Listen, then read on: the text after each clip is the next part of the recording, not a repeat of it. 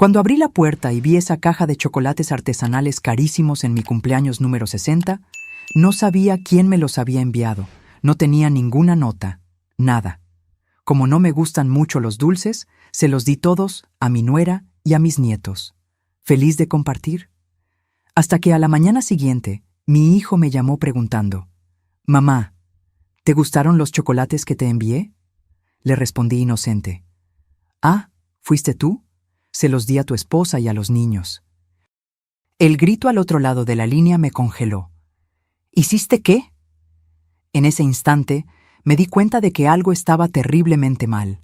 Pero antes de continuar, checa si ya estás suscrito al canal y escribe en los comentarios: ¿desde dónde estás viendo este video? Nos encanta saber hasta dónde están llegando nuestras historias. Mi nombre es Mariana, tengo 60 años y nunca imaginé que celebraría esa fecha de la forma en que sucedió. Soy maestra jubilada, viuda desde hace 8 años, madre de un hijo único llamado Ricardo. Crié a este niño sola después de que mi esposo Javier falleciera de cáncer. Fueron años difíciles, trabajando en 2 turnos para darle a Ricardo una educación decente, buena ropa, todo lo que una madre puede ofrecer. Ricardo siempre fue mi orgullo. Se graduó de ingeniería, consiguió un trabajo excelente en una multinacional, se casó con Sofía, una muchacha dulce y dedicada. Ellos me dieron 2 nietos hermosos, Mateo, de 8 años, y Regina, de 5. Mi vida giraba en torno a esos niños. Yo era la abuela presente, la que los recogía de la escuela cuando los padres no podían, la que hacía flan napolitano los fines de semana, la que guardaba juguetes en mi casa para cuando vinieran a visitarme. Vivo en una casa sencilla en Querétaro, en el mismo barrio desde hace 30 años. Ricardo vive en la Ciudad de México con su familia, a cerca de 1 hora y media de distancia. En los últimos 2 años, noté que las visitas se hicieron más raras. Él siempre tenía una excusa: trabajo acumulado, los niños con actividades, Sofía cansada.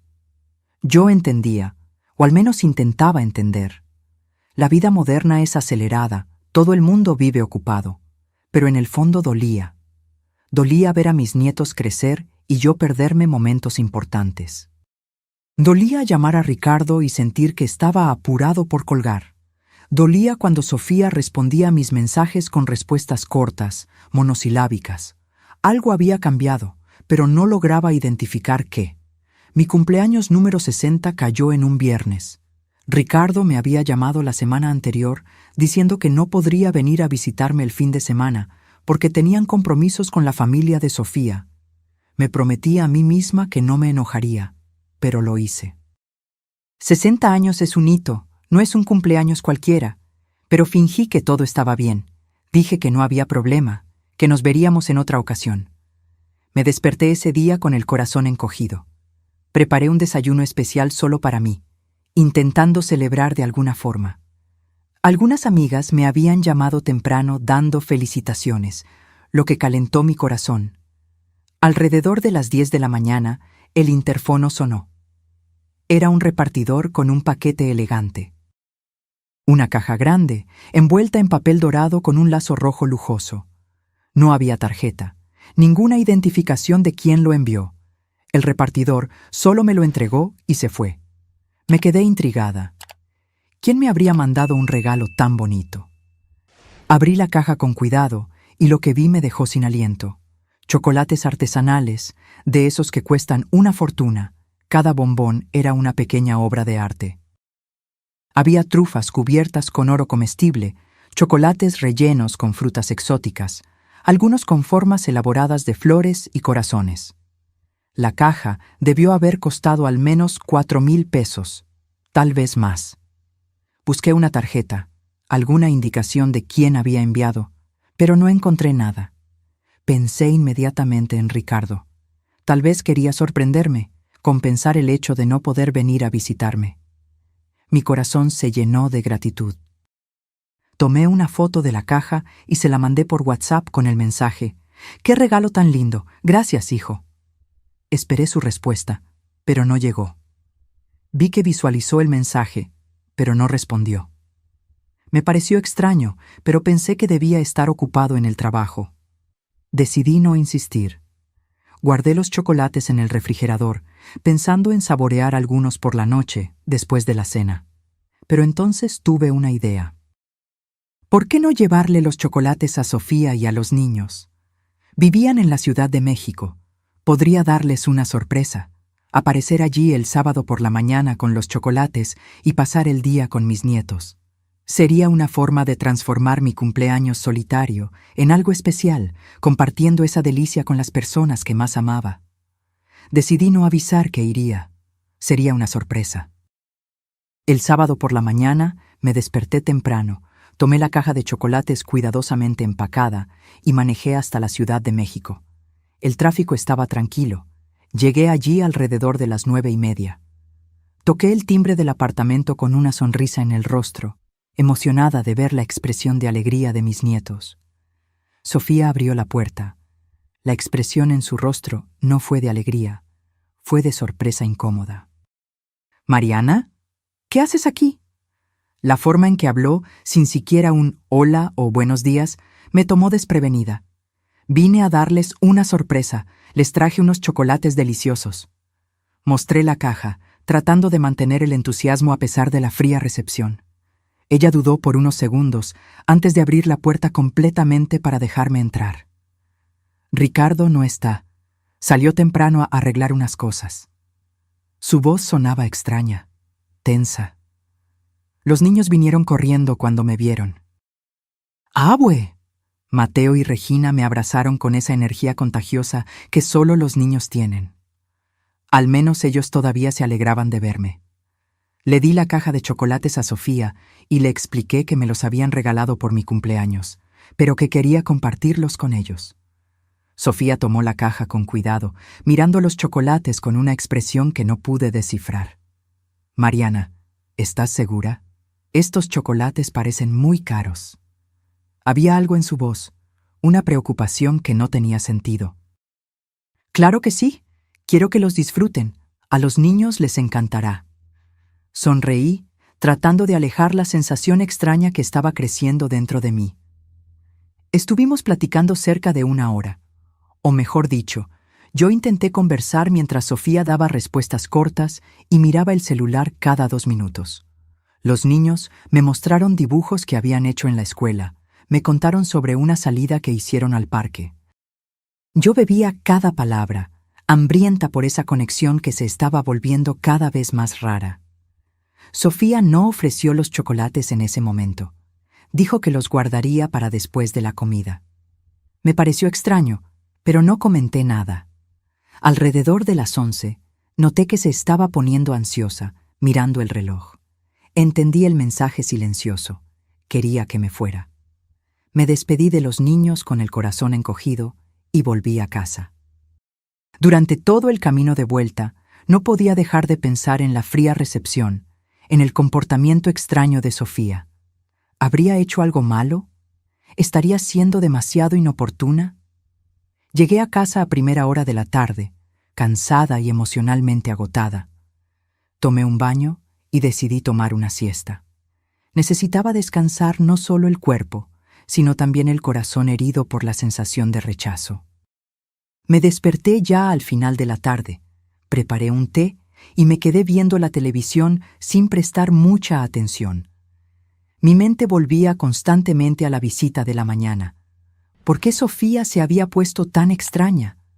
¿Por qué Ricardo no había respondido mi mensaje sobre los chocolates? Llegó la noche y cené sola, como siempre.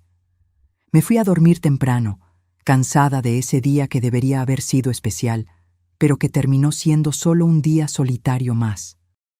No imaginaba que a la mañana siguiente mi vida se pondría de cabeza. El teléfono sonó a las 7 de la mañana. Era domingo, nadie me llamaba tan temprano. Contesté somnolienta, aún tratando de despertarme completamente. Era Ricardo, y su voz sonaba extraña, forzadamente casual. «Buenos días, mamá. ¿Te gustaron los chocolates que te envié?» La pregunta me tomó desprevenida. «¿Fuiste tú?» Me senté en la cama, completamente despierta ahora. No tenía tarjeta, No sabía quién los había mandado. ¡Qué regalo tan lindo, hijo! ¿Pero qué, mamá? Su voz se tensó. Bueno, se los di a Sofía y a los niños ayer. Fui a darles una sorpresa a la casa. Pensé que sería agradable compartir con ellos, ya que no pudiste venir a verme en mi cumpleaños. Dije esto de forma natural, sin darme cuenta de lo que estaba a punto de suceder. El silencio del otro lado fue aterrador. Duró unos segundos que parecieron una eternidad. Entonces, Ricardo explotó. ¿Hiciste qué? ¿Mamá? ¿Le diste los chocolates a Sofía y a los niños?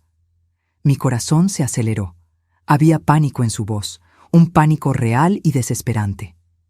Ricardo, ¿qué está pasando? Solo son chocolates. ¿Por qué te pones así? Se los comieron. Mamá, respóndeme ahora. ¿Ya se comieron los chocolates? La voz de Ricardo estaba alterada de una forma que nunca había oído antes. No era rabia, era desesperación absoluta. Mi mente corría tratando de entender. No sé, hijo. Sofía los guardó en el refrigerador. Dijo que los comerían después de la comida de hoy. ¿Pero qué está pasando? ¡Me estás asustando! Oí una respiración pesada del otro lado. Ricardo parecía estar entrando en pánico. «Mamá, dame el teléfono de Sofía ahora, ahora», gritó la última palabra de una manera que me hizo temblar. «Pero no me lo sé de memoria, está en mi celular».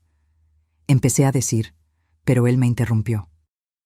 «Entonces cuelga y llámale ahora. Dile que no se coma los chocolates. Dile que están echados a perder. Invéntale cualquier cosa, pero no dejes que se los coma». Estaba casi histérico. «Ricardo, explícame qué está». Me colgó. Me quedé con el teléfono en la mano, completamente perdida. Mis dedos temblaban cuando tomé mi celular y busqué el número de Sofía. Llamé 3 veces seguidas, pero ella no contestaba. Era domingo por la mañana temprano. Probablemente todavía estaba durmiendo. Intenté mandar un mensaje. «Sofía, no se coman los chocolates que les llevé. Por favor, es urgente». Pero el mensaje se quedó con solo una palomita. No tenía internet o el celular estaba apagado. Volví a llamar a Ricardo, pero ahora era él quien no contestaba. Mi mente entraba en pánico. ¿Qué estaba pasando? ¿Por qué los chocolates serían peligrosos? Eran hermosos, bien empacados, de una marca cara. ¿Qué podría estar mal? Esperé 15 minutos agonizantes hasta que Sofía finalmente me devolvió la llamada. «Mariana, vi tus mensajes. ¿Qué pasó?» Su voz sonaba somnolienta. «Los chocolates. ¿Se los comieron?», pregunté desesperada. «No, todavía están en el refrigerador. Los niños querían comerlos anoche, pero les dije que solo después de la comida de hoy». «¿Por qué? ¿Qué tienen de malo?». Ahora ella estaba alerta, preocupada. Sentí un alivio momentáneo inundar mi cuerpo. Gracias a Dios. «Sofía, Ricardo me llamó en pánico diciéndome que no se comieran los chocolates. Dijo que están echados a perder o algo así. No dejes que nadie los toque». «¿Echados a perder?» «Mariana, se ven perfectamente bien y son de una marca carísima. Lo vi cuando los trajiste ayer». Sofía estaba confundida y yo también lo estaba. Lo sé, pero hay algo muy mal en esto. Ricardo estaba desesperado. «Tíralos, por favor. O mejor, guárdalos sin tocar hasta que él explique qué está pasando». Pocos minutos después, Ricardo me llamó de vuelta. Su voz estaba un poco más tranquila, pero aún tensa. «Mamá, ¿Sofía contestó?» «Sí, no se los comieron. Los chocolates todavía están en el refrigerador. Ricardo, por el amor de Dios, explícame qué está pasando». Mi voz salió más alta de lo que pretendía, mezclando miedo con frustración. Él respiró hondo al otro lado de la línea. «Mamá, yo no mandé esos chocolates». Sus palabras tardaron unos segundos en tener sentido en mi cerebro. «¿Cómo que no los mandaste? Me acabas de preguntar si me gustaron». «Pregunté porque vi la foto que mandaste ayer. Cuando vi esa caja, me confundí, porque yo no había mandado nada. Pensé que tal vez sería de alguna amiga tuya, pero cuando no respondiste más, me preocupé. y esta madrugada no pude dormir pensando en esto. Hacía pausas entre las frases, como si estuviera midiendo cada palabra. Pero entonces, ¿quién los mandó? Mi voz salió débil, el miedo comenzando a instalarse de verdad. No sé, mamá, pero tengo un pésimo presentimiento. Voy para allá ahora a buscar esos chocolates y llevarlos a analizar. No dejes que nadie los toque. ¿Analizar? Ricardo, ¿crees que hay algo malo con los chocolates? ¿Como envenenados? La palabra salió de mi boca antes de que procesara completamente la idea. Más silencio. No sé, mamá, pero prefiero asegurarme. Aléjate de ellos. Voy a llamar a Sofía ahora y a decirle lo mismo. Colgó y me quedé parada en medio de la sala, tratando de procesar lo que estaba pasando. Alguien me había mandado una caja de chocolates carísimos de forma anónima, en mi cumpleaños número 60. Y ahora mi hijo estaba en pánico creyendo que podrían estar contaminados. ¿Quién haría algo así? ¿Quién querría hacerme daño? Soy una maestra jubilada, vivo una vida tranquila, no tengo enemigos. La idea era absurda, pero la desesperación en la voz de Ricardo era demasiado real para ignorarla. Me senté en el sofá y comencé a temblar. Si esos chocolates realmente estuvieran envenenados, yo se los había dado a mi nuera y a mis nietos. Si se los hubieran comido, no podía ni pensarlo. La simple posibilidad me daba náuseas. Ricardo llegó a mi casa 2 horas después. Había salido de la Ciudad de México y venido directo a Querétaro. Cuando abrió la puerta, vi que su rostro estaba pálido, con profundas ojeras. Sofía estaba con él, y los niños se habían quedado con la mamá de ella. ¿Dónde está la caja? Fue lo primero que preguntó, sin siquiera saludarme. ¿La trajiste de su casa? Le pregunté a Sofía. Ella asintió. Está aquí. Levantó una bolsa de plástico donde estaba la caja de chocolates, cuidadosamente empacada. Ricardo tomó la bolsa como si estuviera sosteniendo una bomba. Voy a llevarla a un laboratorio particular en la Ciudad de México. Un amigo mío trabaja allí y dijo que puede hacer un análisis rápido. Ricardo, me estás asustando. Explícame bien qué crees que está pasando. Sostuve su brazo, obligándolo a mirarme a los ojos. Él suspiró pesadamente. Mamá, ¿recuerdas haber comentado algo sobre dinero recientemente? ¿Sobre herencia, inversiones, algo así? La pregunta me tomó desprevenida. No que yo recuerde. ¿Por qué? Sofía interrumpió. Mariana, Ricardo cree que alguien puede estar tratando de hacerte daño para... Ella no pudo terminar la frase. ¿Para robarme? Completé, incrédula. Pero no tengo tanto dinero. Tengo esta casa pagada y un ahorro modesto. No soy rica. ¿Cuánto tienes en el ahorro? Ricardo preguntó directamente. No sé exactamente. Unos 250,000 pesos, tal vez. ¿Por qué? Ricardo y Sofía intercambiaron una mirada. Mamá, eso no es poco dinero. Y con la casa tienes un patrimonio considerable. Hizo una pausa. ¿Quién es tu heredero? Tú, obvio. Eres mi único hijo. Respondí, pero entonces algo hizo clic en mi mente. Ricardo, ¿no estarás pensando que...? No, mamá, claro que no. Él me interrumpió rápidamente. Pero alguien puede saber sobre tu situación financiera. Alguien que se beneficiaría de tu muerte. El mundo pareció girar a mi alrededor. Alguien quería matarme. Eso era lo que mi hijo estaba insinuando. Alguien había planeado esto. Comprado chocolates caros, envenenado y enviado en mi cumpleaños. Y yo, inocentemente, se los había dado a mi nuera y a mis nietos. Los niños... Mi voz falló. Si se los hubieran comido... Sofía comenzó a llorar. No pienses en eso, Mariana. No se los comieron, todo está bien.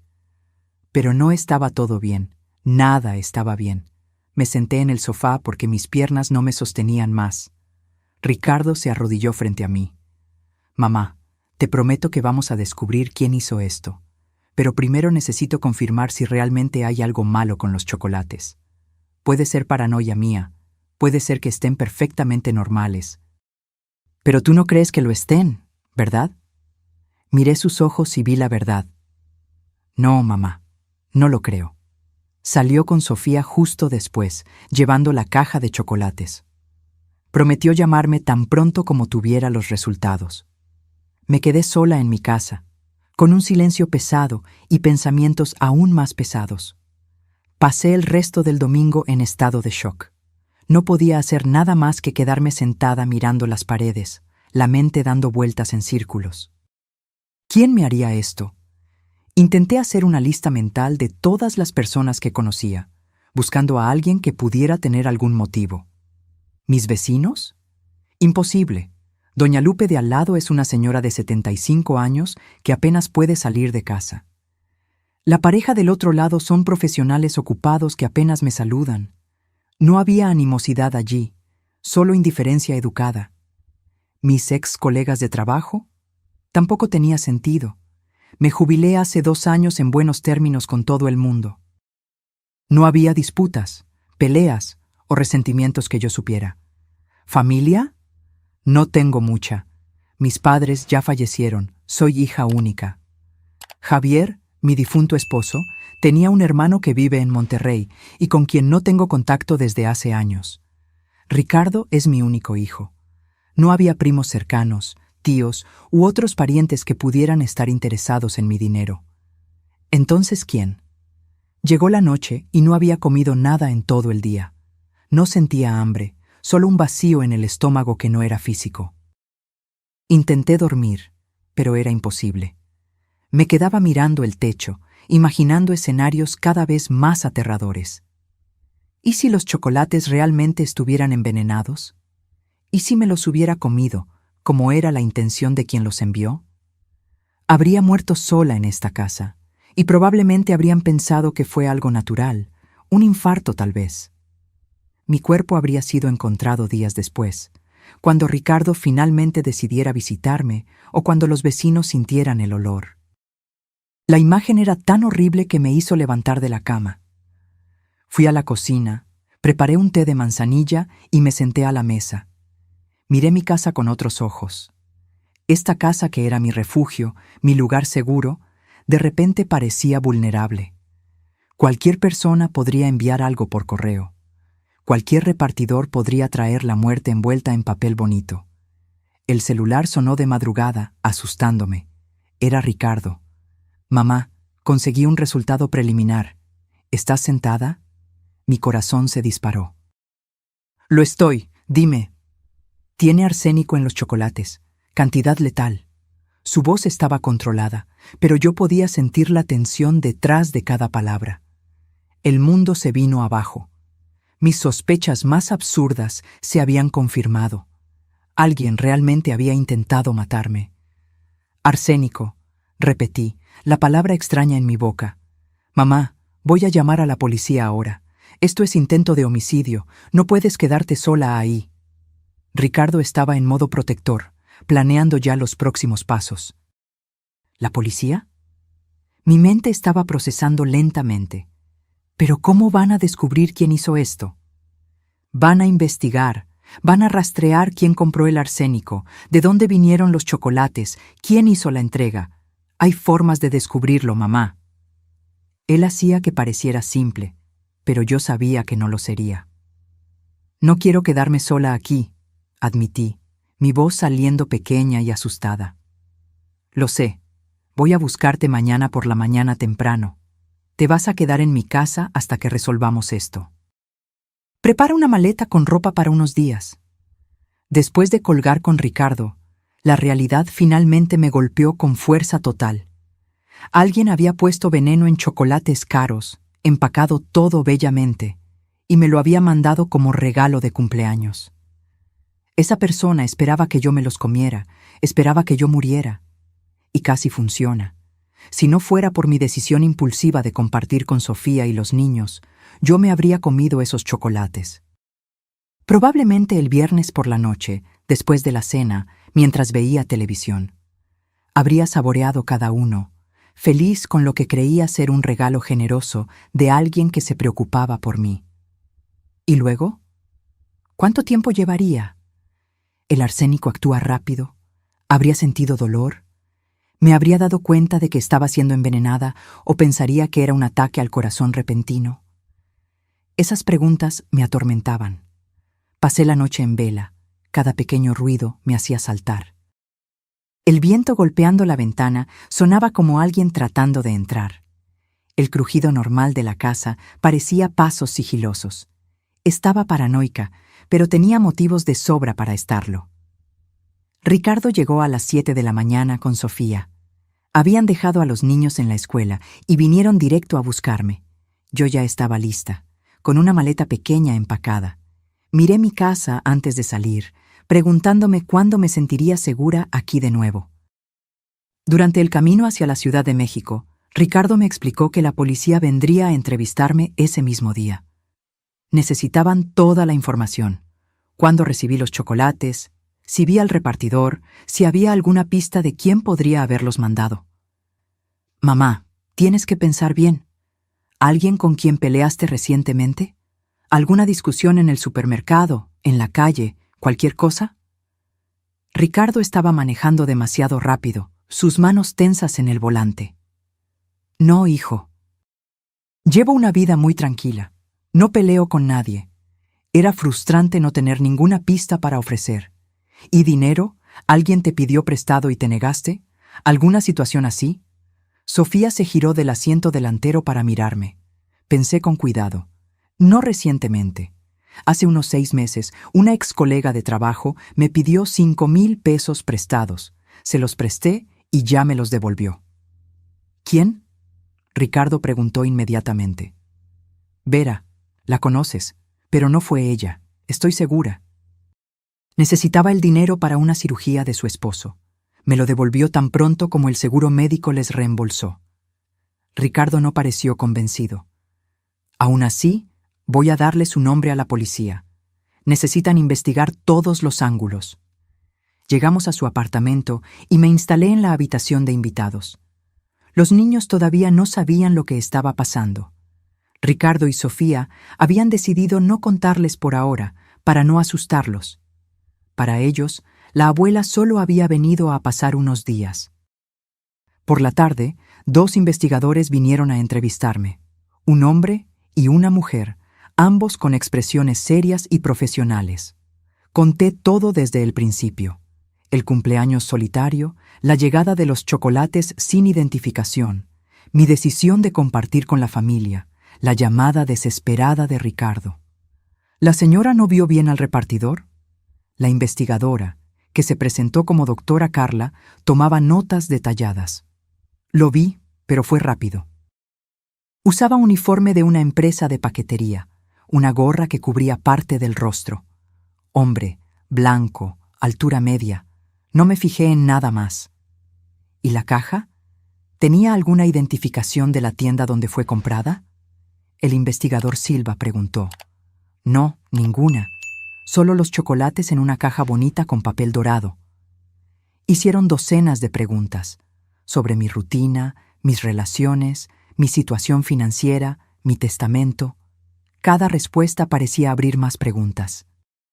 Después de 2 horas, finalmente se fueron, prometiendo que investigarían a fondo. Los días siguientes fueron un blur de ansiedad y miedo. La policía estaba investigando, pero no tenía pistas concretas.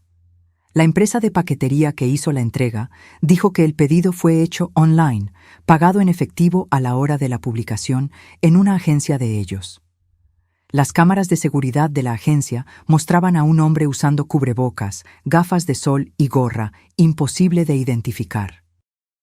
Los chocolates habían sido comprados en una tienda de lujo en la Ciudad de México, pero también pagados en efectivo. El empleado que atendió no recordaba nada específico sobre el comprador, solo que era un hombre de mediana edad. Con el cubrebocas obligatorio que todavía algunas personas usaban, no vio bien el rostro. Quienquiera que hubiera hecho esto, había planeado cuidadosamente para no dejar rastros. Esto me asustaba aún más. No fue un acto impulsivo, fue premeditado, calculado. Alguien había pensado en cada detalle de cómo matarme y salir impune. Ricardo contrató a un vigilante particular para que vigilara mi casa en Querétaro. No quería que nadie entrara allí o dejara algo sospechoso. Yo no podía volver aún, así que mi casa se quedó vacía, siendo vigilada por un extraño. Sofía intentaba distraerme durante los días. Veíamos películas, cocinábamos juntas, jugábamos con los niños. Pero mi mente siempre volvía a la misma cuestión. ¿Quién? Repasaba cada interacción de los últimos meses, cada conversación, cada mirada. Buscaba señales que había perdido, alguna pista oculta en algún recuerdo. Una noche, cuando los niños ya estaban durmiendo, Ricardo me llamó para conversar en el balcón del apartamento. Tenía una expresión pesada, como si estuviera cargando algo difícil. «Mamá, necesito preguntarte una cosa y quiero que seas completamente honesta conmigo». Sostenía una cerveza, pero no bebía, solo giraba la botella entre los dedos. «Claro, hijo, ¿qué es? ¿Tú? ¿Estás completamente segura de que no existió nadie después de papá? ¿Ninguna relación? ¿Ningún involucramiento, ni siquiera casual?» Evitaba mi mirada, claramente incómodo con la pregunta. La pregunta me tomó completamente desprevenida. «Ricardo, claro que no. Tu papá murió hace 8 años y no he tenido interés en nadie desde entonces». «¿Estás segura? Porque la policía está investigando ese ángulo. Crímenes pasionales, exnovios rechazados, esas cosas». Finalmente me miró y vi que no me estaba acusando, solo tratando de ayudar. «Hijo, te lo juro, no hubo nadie, 0 relaciones, 0 citas, nada». Era casi vergonzoso admitir lo solitaria que se había vuelto mi vida, pero era la verdad. Él asintió, pareciendo aliviado. «Está bien, te creo. Es que la policía tiene que investigarlo todo, ¿sabes?» «Entiendo». Y entendía, aunque fuera humillante tener que probar que mi vida era tan vacía de romance. Nos quedamos en silencio por unos momentos, mirando las luces de la ciudad. «Ricardo, ¿puedo preguntarte algo?» «Claro». «Tú y Sofía, ustedes se estaban alejando de mí antes de que esto sucediera. ¿Por qué?». Tenía que preguntar, incluso con miedo de la respuesta. Ricardo suspiró pesadamente. «Mamá, no nos estábamos alejando a propósito. Es que la vida se vuelve acelerada, ¿sabes? Trabajo, niños, cuentas que pagar. No se trata de ti». Pero las visitas se hicieron más raras, las llamadas más cortas. Lo sentí, Ricardo. Mi voz salió más herida de lo que pretendía. Él miró hacia abajo. «Lo sé, y lo siento. La verdad es que Sofía y yo estábamos pasando por algunos problemas en el matrimonio. Nada grave, pero esas discusiones sobre dinero, sobre división de tareas. Estábamos estresados y como que nos aislamos de todo el mundo, no solo de ti». Esa información me sorprendió. Yo no sabía que estaban con problemas. «¿Está todo bien ahora?» «Está mejor. Hicimos algunas sesiones de terapia de pareja. Ayudó bastante». Él sonrió ligeramente. Y luego todo esto sucedió, y como que puso las cosas en perspectiva. Casi perderte, casi perder a Sofía y a los niños por culpa de esos chocolates. Nos hizo darnos cuenta de lo que realmente importa. Sostuve su mano. «Me alegra que estén resolviendo las cosas, y lo siento si estaba siendo intrusiva o exigente de más». «No, mamá, nunca lo fuiste. La culpa es mía por haberme alejado». Él apretó mi mano. «Pero ahora será diferente, lo prometo». Una semana después de que yo estuviera viviendo con ellos, la policía finalmente tuvo una pista. La doctora Carla me llamó pidiendo ir a la delegación. Ricardo me acompañó, ambos ansiosos y nerviosos. Conseguimos rastrear la compra del arsénico. Comenzó tan pronto como nos sentamos en su oficina. Fue comprado online hace 3 semanas, de un sitio chino que vende productos químicos. La dirección de entrega fue un apartamento alquilado por temporada en la Ciudad de México. ¿Y quién alquiló el apartamento? Ricardo se inclinó hacia adelante. Un hombre usando documentos falsos, pero conseguimos las imágenes de las cámaras del edificio. Ella giró el monitor de la computadora hacia nosotros. Lo que vi me dejó sin aliento. Era una imagen granulada, pero se podía ver claramente. Un hombre de unos 45 años, cabello oscuro, usando lentes. Y yo lo conocía. «Es Jorge», susurré, mi voz apenas saliendo. «¿Quién?» Ricardo me miró, confundido.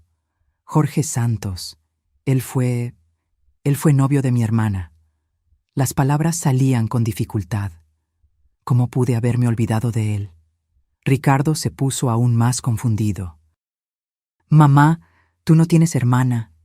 Tenía, Paula. Murió hace 12 años, de cáncer. Eras muy joven, tal vez no la recuerdes mucho». Mi mente estaba corriendo, conectando puntos que yo había enterrado hacía más de una década. Paula era 5 años más joven que yo. Éramos cercanas, pero tuvimos un desacuerdo serio poco antes de que se enfermara. Los recuerdos volvían en olas dolorosas, cosas que yo había intentado olvidar por años. La doctora Carla estaba atenta, tomando notas. ¿Qué tipo de desacuerdo? Respiré hondo.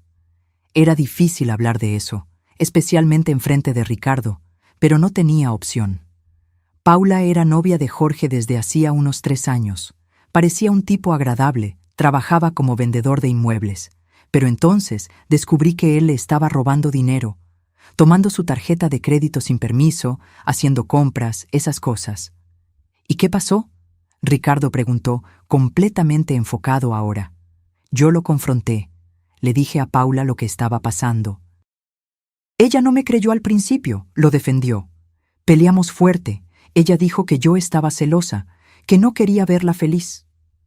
Las palabras salían con dificultad, cada una trayendo de vuelta el dolor de esa época. Pero eventualmente ella descubrió que era verdad. Terminó con él. Jorge se puso furioso, me culpó a mí por haber destruido la relación. Me llamó algunas veces haciendo amenazas, diciendo que yo me iba a arrepentir. Pero luego Paula se enfermó y me olvidé de todo eso. ¿Qué tipo de amenazas? La investigadora estaba totalmente enfocada ahora. Cosas vagas, que yo iba a pagar por haber destruido su vida, que él no lo iba a olvidar, que un día yo entendería lo que es perderlo todo. Yo había tomado las amenazas como rabia del momento, palabras dichas en el calor de la emoción. Nunca pensé que realmente fuera a hacer algo. ¿Y después de que su hermana falleció? La doctora Carla preguntó. Apareció en el funeral. Fue extraño. Paula había terminado con él casi un año antes. No dijo nada, solo se quedó al fondo de la iglesia. Después de eso, nunca más lo vi o supe de él. Pero ahora me acordaba de su mirada ese día. Fría, calculadora, como si me estuviera evaluando. Ricardo estaba pálido. «Mamá, ¿por qué nunca me contaste sobre esas amenazas?» «Porque eras joven, estabas lidiando con la muerte de tu tía Paula. No quería preocuparte con más cosas». Y honestamente, pensé que lo había olvidado y seguido adelante. Pero ahora todo tenía sentido. Jorge había pasado años esperando, planeando, tal vez culpándome a mí por la muerte de Paula, de alguna forma distorsionada, o simplemente guardando rencor por yo haber expuesto sus mentiras. Y ahora, más de una década después, había decidido vengarse. ¿Pueden arrestarlo?, Ricardo preguntó a la investigadora. «Estamos rastreando dónde está ahora». Con esas imágenes y el vínculo con el arsénico, tenemos suficiente para una orden de arresto. Ella hizo más anotaciones. Pero necesito que la señora me cuente todo sobre Jorge. Dónde vivía, dónde trabajaba, cualquier cosa que recuerde. Pasé la siguiente hora recordando todo lo que sabía sobre Jorge Santos. No era mucho. Tenía unos 40 años en la época en que era novio de Paula, lo que significaba que ahora tendría más de 50.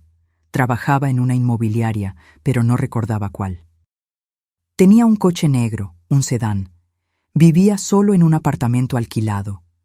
¿Tiene familia, hermanos, padres? La investigadora preguntaba metódicamente. No sé. Paula nunca lo mencionó. Creo que no era cercano a su familia. Cada detalle que lograba recordar era anotado, evaluado. Cuando finalmente salimos de la delegación, Ricardo estaba visiblemente afectado. ¿Cómo es que no sabía esto? ¿Cómo escondiste que tenías una hermana y que un tipo te había amenazado? Ricardo, no lo escondí. Eras niño cuando Paula murió, y las amenazas de Jorge parecían solo palabras vacías en ese momento. Me sentía culpable, aún sabiendo que había hecho lo que creía correcto en ese momento. Pero mamá, si lo hubiera sabido, podría haber estado más atento. Podríamos haber evitado esto. Estaba frustrado, buscando a alguien a quien culpar. Hijo, nadie podría prever que él esperaría 12 años para actuar. Eso es enfermizo. Y lo era. ¿Qué tipo de persona guarda rencor por tanto tiempo? ¿Qué tipo de mente planea un asesinato más de una década después? En los días siguientes, la policía intensificó la búsqueda de Jorge. Descubrieron que se había cambiado el nombre legalmente hace 5 años. Estaba usando Jorge Silva ahora. Trabajaba en una pequeña inmobiliaria en el interior de Querétaro. Vivía solo en una casa alquilada. Cuando finalmente fueron a arrestarlo, no opuso resistencia. Aparentemente estaba esperando. Cuando los policías entraron en su casa, encontraron un cuaderno lleno de anotaciones sobre mí. Mi rutina, mi casa, lugares que frecuentaba. Me había seguido durante meses, tal vez años, estudiando mis hábitos. También había impresiones de correos electrónicos y documentos financieros. Sabía exactamente cuánto dinero tenía. Sabía sobre mi testamento. Sabía que Ricardo era mi único heredero y tenía un plan elaborado no solo para matarme, sino para hacer que pareciera natural. Confesó. La doctora Carla me llamó 3 días después del arresto. Dijo que usted destruyó su vida cuando lo separó de Paula, que después de que ella murió, él no tenía nada más. Pasó años planeando cómo hacerla pagar. ¿Dijo por qué esperó tanto tiempo? Tenía que entender la mente enfermiza detrás de eso. Dijo que quería que usted viviera una buena vida primero. Quería que usted tuviera cosas que perder. Y quería asegurarse de que no sería atrapado. Pasó años estudiando sobre venenos, sobre cómo no dejar rastros. Pensó que lo había planeado perfectamente. Había un tono de asco en su voz. ¿Y si yo no le hubiera dado los chocolates a Sofía y a los niños? ¿Si me los hubiera comido? La pregunta me atormentaba. Según él, usted habría muerto en pocas horas. La cantidad de arsénico era masiva. Probablemente habrían asumido que fue un infarto, considerando su edad. Difícilmente harían autopsia en una mujer de 60 años sin historial de problemas de salud que murió en casa. Hizo una pausa. Usted tuvo mucha suerte, Mariana. Suerte. Qué palabra tan extraña para describir casi ser asesinada. Pero yo entendía lo que ella quería decir. Suerte de haber decidido compartir los chocolates. Suerte de que Ricardo se diera cuenta de algo malo. Suerte de que los niños no se los comieran. Mucha suerte de verdad. Jorge fue formalmente acusado de tentativa de homicidio calificado. El fiscal dijo que era uno de los casos más premeditados que había visto. Había evidencias de años de planificación, de obsesión. Jorge enfrentaría décadas de prisión. Finalmente pude volver a mi casa en Querétaro. Ricardo no quería que fuera, quería que me quedara viviendo con ellos. Pero yo necesitaba mi casa, mi espacio. No podía dejar que el miedo me quitara eso, pero volví a una casa diferente. Instalé un sistema de seguridad completo, con cámaras y alarma. Cambié todas las cerraduras. Ya no abría la puerta a repartidores sin verificar primero quiénes eran. Cada paquete que llegaba era mirado con sospecha. El juicio de Jorge se llevó a cabo 6 meses después. Tuve que testificar, contar toda la historia de nuevo frente a un tribunal lleno de personas. Vi a Jorge sentado allí, de traje y esposado, mirándome con esos ojos fríos que recordaba del funeral de Paula. Su abogado intentó argumentar que tenía problemas mentales, que la muerte de Paula lo había traumatizado. Pero la fiscalía mostró todas las evidencias, la planificación meticulosa, los años de vigilancia, la compra cuidadosa de los materiales. No era locura, era venganza calculada. «Jorge Santos, ¿tiene algo que decir antes de la sentencia?», el juez preguntó. Él se levantó lentamente. Sus ojos se encontraron con los míos. Usted me quitó la única persona que amé. Yo solo quería que sintiera el mismo dolor. Sus palabras eran vacías para mí. Yo no te quité a Paula. Tú lo hiciste solo cuando le robaste, cuando mentiste, cuando elegiste tu interés propio sobre su bienestar. Hablé fuerte, aunque no fuera mi turno. El juez no me reprendió. Jorge no respondió. Solo se sentó, derrotado. La sentencia fue 22 años de prisión. Tendría casi 75 años cuando saliera, si es que vivía tanto tiempo. Parte de mí sintió una satisfacción sombría con eso. Otra parte solo sintió vacío. Volví a casa después del juicio e intenté retomar mi vida. Pero nada era como antes. Yo había cambiado fundamentalmente. La mujer ingenua que abría la puerta sonriendo a los repartidores había muerto. En su lugar estaba alguien más cautelosa, más desconfiada. Ricardo y Sofía comenzaron a visitarme toda la semana. Los niños venían a pasar fines de semana conmigo. Era como si casi perderme hubiera hecho que todos valoraran más el tiempo que teníamos. Y yo estaba agradecida por eso, aunque hubiera venido de una tragedia. Comencé a hacer terapia. La terapeuta, doctora Marcia, me ayudó a procesar el trauma. No era solo sobre casi haber sido asesinada, sino sobre la ruptura de la confianza fundamental. Yo había vivido creyendo que estaba segura, que nadie me quería hacer daño. Descubrir lo contrario había sacudido mi visión del mundo.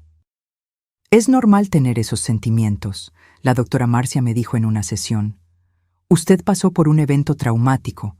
Va a tomar tiempo volver a sentirse segura. Pero quiero sentirme segura ahora, respondí frustrada. No quiero tener miedo de abrir la puerta, no quiero tener que verificar cada paquete que llega, no quiero vivir así.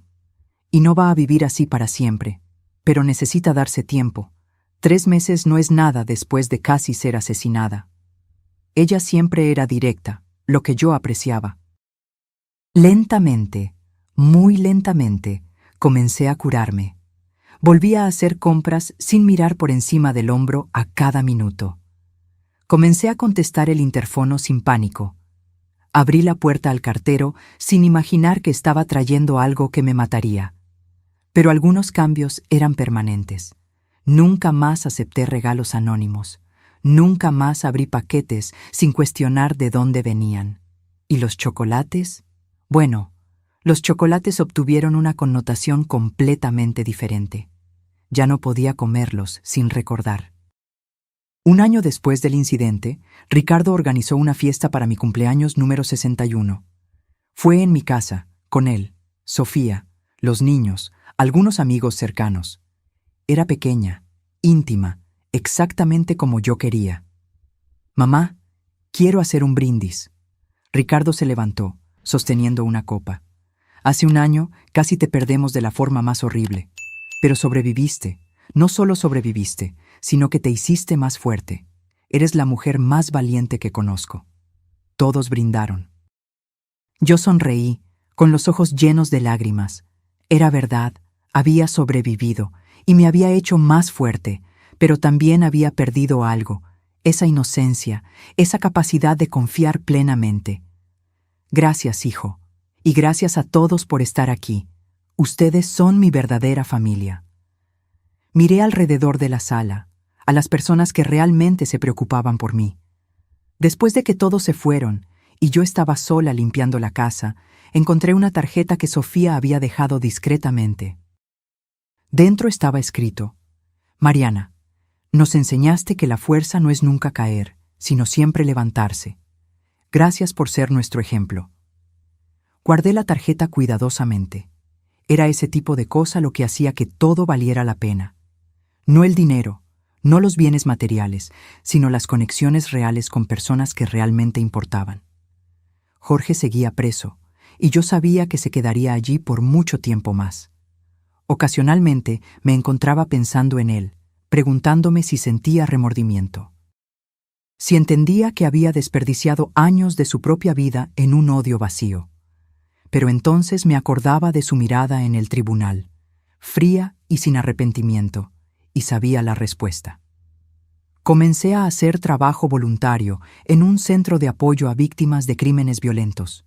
Quería usar mi experiencia para ayudar a otras personas que estaban pasando por el trauma que yo pasé. Descubrí que hablar sobre lo que me sucedió, ayudar a otros a procesar sus propios traumas, era terapéutico. Una mujer llamada Rita estaba en el grupo. Había sido agredida por su exmarido, que casi la mata. ¿Cómo lograste confiar en la gente de nuevo?, me preguntó en una de las sesiones. Todavía estoy aprendiendo, respondí honestamente. Pero me di cuenta de que no puedo dejar que una persona mala destruya mi capacidad de ver el bien en las otras. Jorge estaba enfermo, obsesivo, pero la mayoría de la gente no es así. La mayoría es buena. ¿Pero cómo sabes la diferencia?, Rita insistió. Pensé cuidadosamente antes de responder. Creo que no lo sabemos siempre, pero no podemos vivir con miedo de todo el mundo. Tenemos que encontrar un equilibrio entre ser cautelosa y ser abierta, entre proteger nuestros corazones y permitir que sientan. Era una lección que yo misma todavía estaba aprendiendo, pero estar allí, con ese grupo de personas que habían pasado por horrores diferentes, pero compartían la lucha por seguir adelante, me hacía sentir menos sola. 2 años después del incidente de los chocolates envenenados, mi vida había encontrado un nuevo normal. No era la misma de antes, nunca lo sería. Pero era una vida buena, tal vez incluso mejor en algunos aspectos. Yo valoraba más las cosas pequeñas.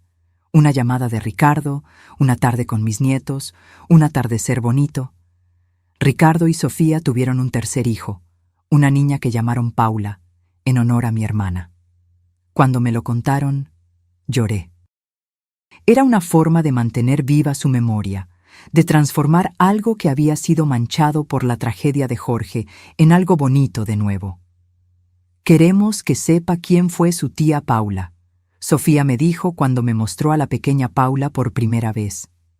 La de verdad, no la versión distorsionada que Jorge tenía en la cabeza. Sostuve a mi nieta en los brazos y conté historias sobre mi hermana, sobre lo graciosa que era, generosa, soñadora, sobre cómo amaba el arte y siempre quiso viajar por el mundo, sobre lo cercanas que éramos hasta aquella pelea por culpa de Jorge. Era catártico hablar sobre Paula, mantener viva su memoria de forma saludable. En ese mismo año recibí una carta. Era de Jorge, de la prisión. Mi primera reacción fue romperla sin leer. No quería nada de él, ninguna disculpa, ninguna justificación. Pero algo me hizo pausar. Abrí la carta con manos temblando ligeramente. La carta era corta. Decía que estaba haciendo terapia en la prisión, trabajando en sus problemas.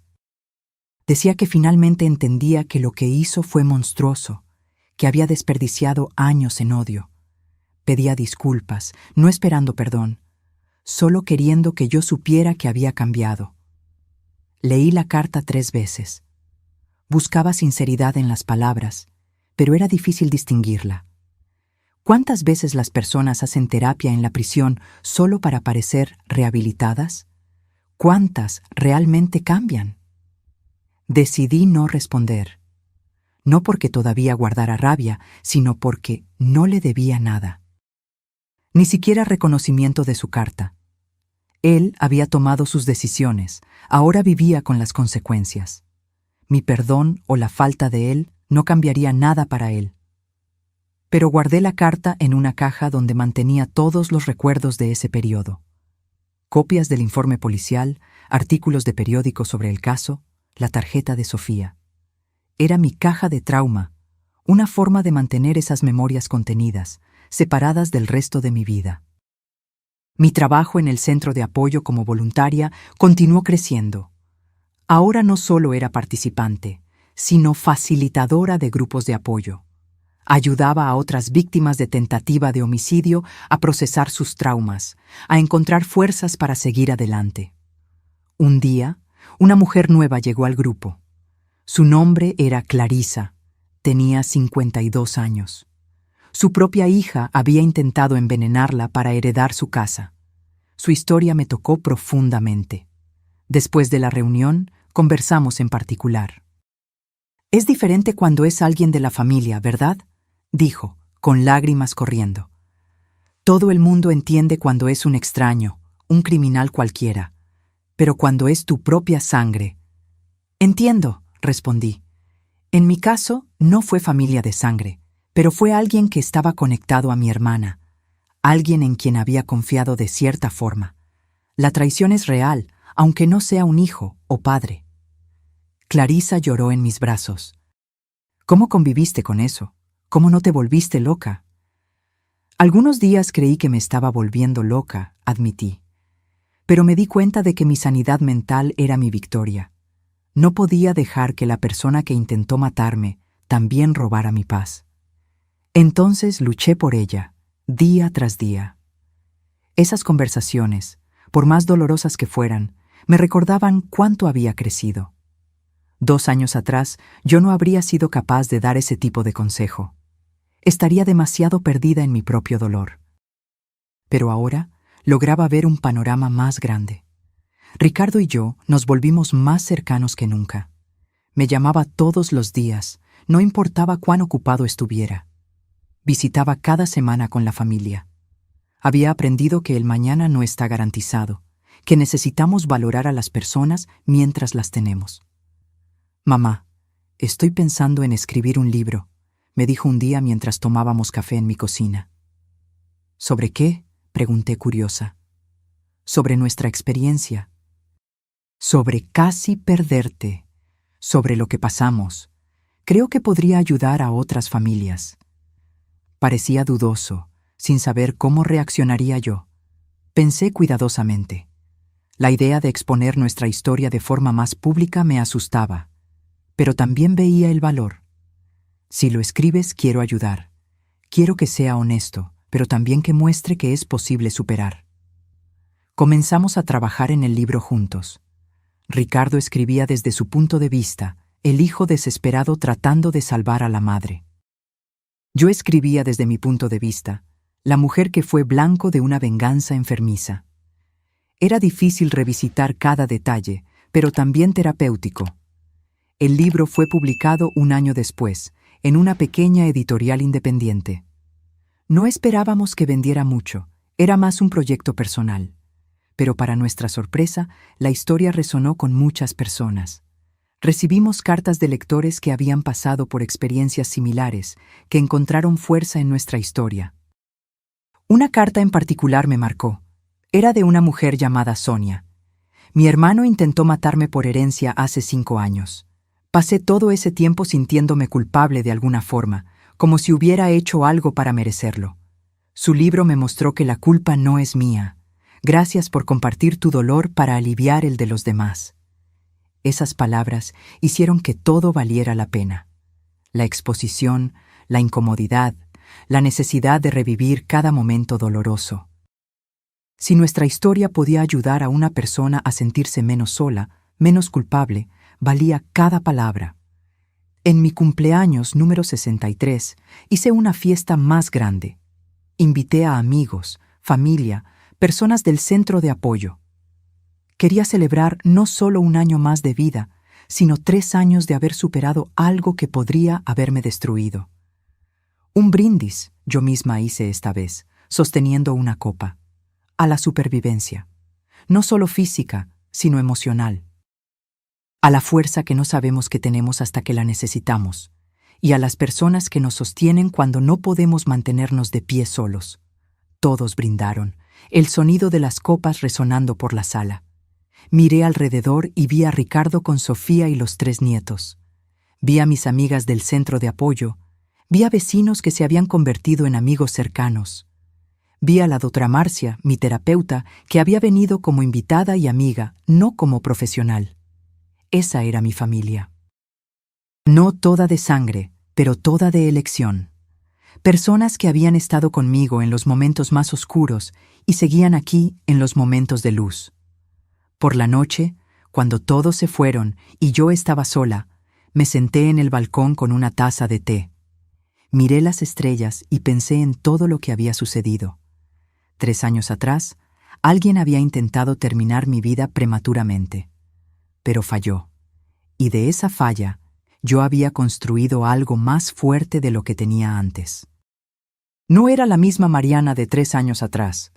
Aquella mujer había muerto en el momento en que descubrió lo del arsénico. Pero en su lugar nació alguien más sabia, más fuerte, más consciente de la fragilidad y del valor de la vida. Hoy, 5 años después de aquel cumpleaños que cambió todo, puedo decir que finalmente encontré paz. Jorge sigue preso, cumpliendo su sentencia. Oí decir que se convirtió en un prisionero modelo. Ayuda en programas de rehabilitación para otros detenidos. Parte de mí espera que sea genuino, que realmente haya cambiado. Pero aunque lo haya hecho, no cambia lo que él hizo. El trauma nunca desaparece completamente. Todavía hay momentos en que recibo un paquete y siento ese nudo en el pecho. Todavía hay noches en que me despierto de pesadillas donde estoy comiendo esos chocolates y sintiendo el veneno quemar por dentro. Pero esos momentos se volvieron más raros, más espaciados. La terapia me enseñó que sanar no significa olvidar. Significa aprender a llevar las cicatrices sin dejar que definan quién eres. Yo tengo cicatrices, profundas y permanentes, pero también tengo fuerza, resiliencia, sabiduría que solo viene de haber enfrentado lo peor y sobrevivido. El libro que Ricardo y yo escribimos tuvo una segunda edición. Una editorial más grande se interesó y decidió reeditarlo con más distribución. Comenzamos a recibir invitaciones para conferencias, para contar nuestra historia en eventos sobre seguridad, sobre salud mental, sobre superación de traumas. Al principio dudé. Exponerme de esa forma, hablar públicamente sobre el peor momento de mi vida, parecía aterrador. Pero cuando acepté la primera invitación y vi la reacción del público, entendí el poder de la vulnerabilidad. Después de la conferencia, una fila de personas vino a agradecerme, a compartir sus propias historias, a decir que se sentían menos solas. Mis nietos crecieron. Mateo ahora tiene 13 años, Regina 10, y la pequeña Paula 5. Saben lo que pasó, en una versión apropiada para sus edades. Saben que la abuela pasó por algo aterrador, pero que está bien ahora. Y saben que es por eso que siempre verificamos de dónde vienen los regalos, que es por eso que somos cuidadosos con nuestra seguridad. «Abue, ¿tuviste miedo?», Regina me preguntó un día, con esa curiosidad inocente de los niños. «Sí, querida, tuve mucho miedo, pero ¿sabes lo que aprendí? Tener miedo es normal. Lo importante es no dejar que el miedo nos paralice. Es sentir el miedo y hacer lo que necesita ser hecho aún así». Ella asintió, procesando la respuesta con seriedad. Ricardo floreció como padre. Los problemas en el matrimonio que mencionó años atrás habían sido completamente resueltos. Él y Sofía eran un equipo sólido, criando a sus hijos con amor y límites saludables. Y él nunca más dejó que el trabajo se apoderara completamente de su vida. Aprendió a equilibrar, a priorizar lo que realmente importaba. En cuanto a mí, descubrí hobbies que nunca imaginé tener. Comencé a tomar clases de pintura. Descubrí que tenía cierto talento para las acuarelas. Comencé a viajar más, visitando lugares que siempre quise conocer, pero nunca tuve valor. Hice un viaje a Europa con un grupo de amigas del centro de apoyo. Fue liberador explorar el mundo sin miedo. También comencé a salir con alguien de nuevo, algo que nunca pensé que haría después de Javier. Su nombre es Carlos, es viudo, tiene 68 años. Nos conocimos en una conferencia que di sobre superación de trauma. Había perdido a su esposa en un accidente de coche y estaba tratando de reconstruir su vida. No fue amor a primera vista. Fue algo más gradual, más consciente. 2 sobrevivientes encontrando consuelo el uno en el otro. Él entiende mis momentos de ansiedad, mis detonantes. Yo entiendo su dolor de pérdida. Juntos construimos algo nuevo, sin prisa, sin presión. Ricardo aprobó a Carlos, lo que fue importante para mí. «Mamá, mereces ser feliz, y él parece hacerte feliz». Fue su bendición, simple pero sincera. El centro de apoyo donde trabajo como voluntaria creció significativamente. Ahora tenemos una sede propia, varios grupos de apoyo, un programa de asesoramiento. Ayudamos a cientos de personas por año a procesar sus traumas y a encontrar fuerzas para seguir adelante. Mi historia se convirtió en una de las usadas en materiales educativos del centro. La mujer de los chocolates envenenados, como algunos la llaman. No me gusta el título sensacionalista, pero entiendo que llama la atención sobre las cuestiones importantes: vigilancia, señales de comportamiento obsesivo, la importancia de denunciar amenazas. Hice las paces con la memoria de Paula. Por años, cargué culpa por la pelea que tuvimos, preguntándome si podría haber manejado diferente la situación de Jorge. Pero la terapia me ayudó a entender que hice lo mejor que pude con la información que tenía.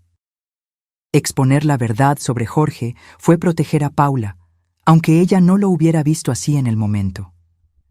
Visito su tumba regularmente ahora, algo que había dejado de hacer después de que murió. Llevo flores, le cuento sobre mi vida, sobre cómo transformé la tragedia que su antiguo novio intentó crear en algo positivo. Siento que ella estaría orgullosa. Mi casa en Querétaro todavía es mi refugio, pero ahora es también un lugar de alegría. Los fines de semana se llena de risas de nietos, conversaciones con amigos, cenas con Carlos. Las paredes que presenciaron mi miedo ahora presencian mi recuperación. El sistema de seguridad permanece, las cámaras continúan activas, no por paranoia, sino por precaución saludable. Aprendí que ser cauteloso no es lo mismo que vivir con miedo. Es simplemente ser inteligente, aprender de la experiencia. Cuando miro hacia atrás, a aquella Mariana de 60 años que abrió la puerta para recibir chocolates envenenados, siento una mezcla de compasión y admiración. Compasión por la inocencia que estaba a punto de perder. Admiración por la fuerza que descubriría tener. Si pudiera hablar con aquella Mariana, ¿qué le diría? Le diría que va a pasar por la cosa más aterradora de su vida, que va a cuestionarlo todo, que se va a sentir frágil y perdida. Pero también le diría que va a sobrevivir. Más que eso, va a prosperar.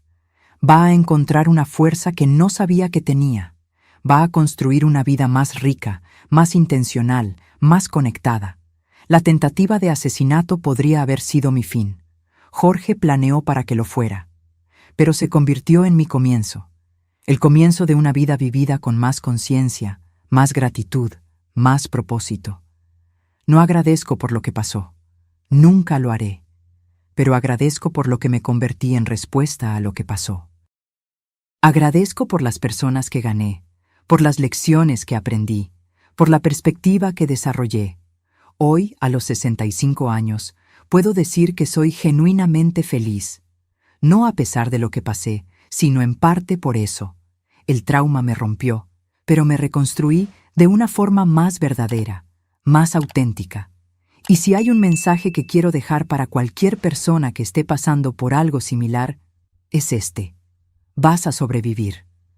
Va a parecer imposible algunas veces. Va a haber días en que querrás rendirte. Pero no te rindas. Del otro lado de ese valle oscuro hay luz, hay vida, hay alegría. Jorge intentó envenenarme con arsénico disfrazado de regalo, pero yo transformé ese veneno en medicina, en fuerza, en sabiduría, en compasión por otros que sufren, y esa es mi mayor victoria. La vida continúa, y ahora finalmente no solo estoy sobreviviendo, estoy viviendo. Ahora, si te gustó esta historia, haz clic en suscribirse y dime en los comentarios qué parte te dejó con la boca abierta. Y no olvides hacerte miembro para tener acceso a videos exclusivos que no subo aquí. Te espero allí.